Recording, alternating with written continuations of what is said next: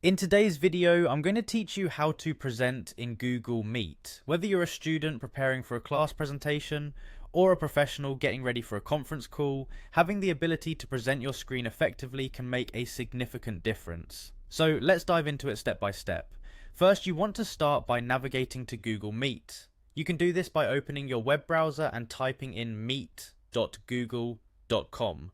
This will bring you to the main Google Meet landing page, where you'll find the entry point for all your video conferencing needs. If you're not already signed in, you'll need to log in using your Google account. Make sure you have a stable internet connection to ensure a smooth experience. Once you're on the Google Meet page, look for the New Meeting button. This button allows you to create or schedule a meeting instantly. Click on this button and you'll see a few options. For a quick presentation, you'll want to select Start an Instant Meeting. By choosing this, you immediately launch a new meeting session, so it's perfect for spontaneous gatherings or when you need to start discussing topics right away. After the meeting starts, the interface will prompt you with a few options at the bottom of your screen. Here you'll find the Present Now option.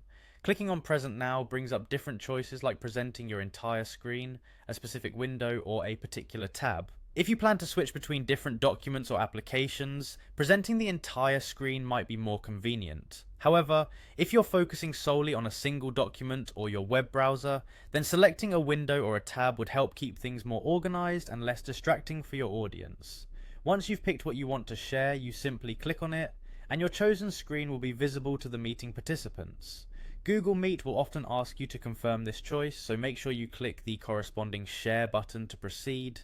As a handy tip, double check that any personal or sensitive information is not on display before you start sharing your screen.